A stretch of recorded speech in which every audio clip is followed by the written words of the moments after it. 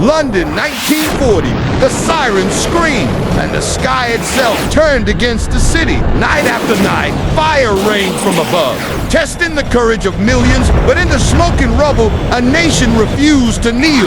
This is the story of the Luftwaffe Blitz, Germany's aerial siege of London. The Luftwaffe Blitz, Germany's aerial siege of London. When the sun set over London on the evening of September 7th, 1940, the sky glowed not with twilight, but with fire. The roar of engines rolled across the Thames as hundreds of German bombers, escorted by Messerschmitt fighters, descended upon the city. The Luftwaffe had failed to destroy the Royal Air Force during the Battle of Britain. Now, Adolf Hitler had a new target, the heart of British morale. This was the Blitz, a word that would come to define both terror and resilience. The change in German strategy was born from frustration. In August 1940, after months of heavy losses and no decisive victory, Hermann Göring, commander of the Luftwaffe, convinced Hitler to shift focus. Instead of attacking RAF airfields, the Luftwaffe would bomb London and other major cities into submission. The plan was psychological as much as strategic. If London fell apart,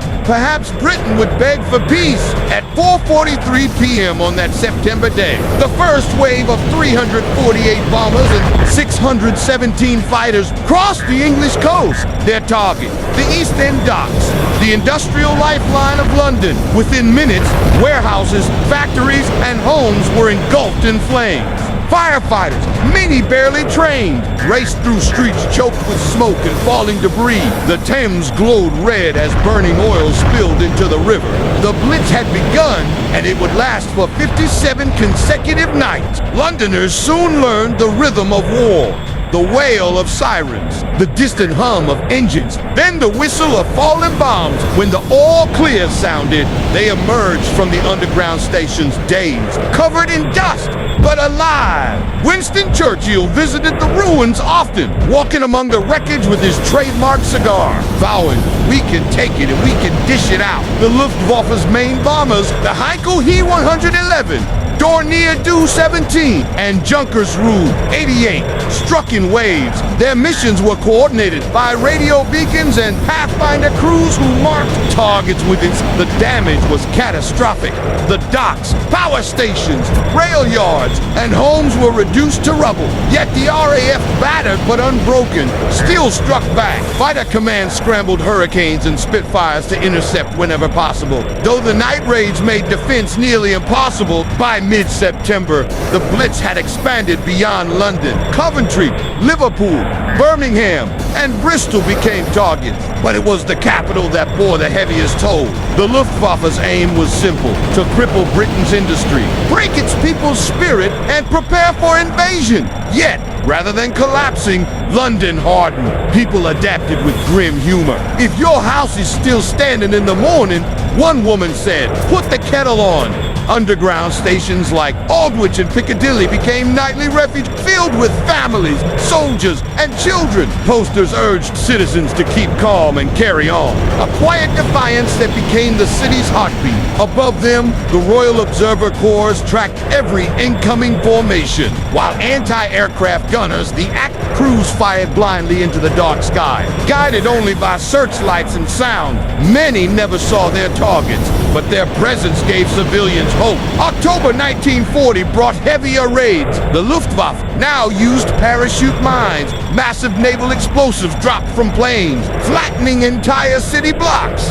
Fires consumed entire districts. One raid destroyed over 400 acres, yet production in London's factories barely slowed. Workers returned to their posts, even as bombs fell nearby. Among the unsung heroes were the auxiliary fire service and air raid precautions armed wardens. They were ordinary men and women, shopkeepers, clerks, teachers who risked their lives nightly to pull survivors from rubble, douse fires, and maintain order. On the night of December 29, 1940, the Blitz reached its most destructive moment. The Luftwaffe unleashed over 100,000 incendiary bombs on central London.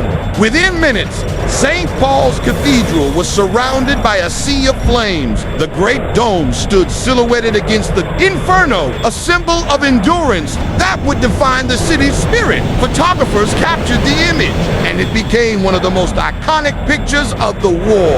By early 1941, the Luftwaffe expanded its targets again, striking Manchester, Sheffield, and Glasgow. But cracks began to show in the German campaign. The Wraith's night fighter units improved with radar-equipped Bristol bullfights, and anti-aircraft coordination grew sharper. British intelligence also began intercepting Luftwaffe communications, allowing better predictions of raid paths. Still, the suffering was immense. By the spring of night, over 40,000 civilians had been killed and more than 1 million homes destroyed. Yet London never surrendered. Churchill called it the greatest endurance ever shown by any race. Behind the courage was quiet tragedy. Families were torn apart overnight. Children evacuated to the countryside waved goodbye, not knowing if they'd ever return. But for every bomb that fell, British resolve only deepened. A popular saying captured the spirit. Hitler may knock us down, but he'll never knock us out. In May 1941,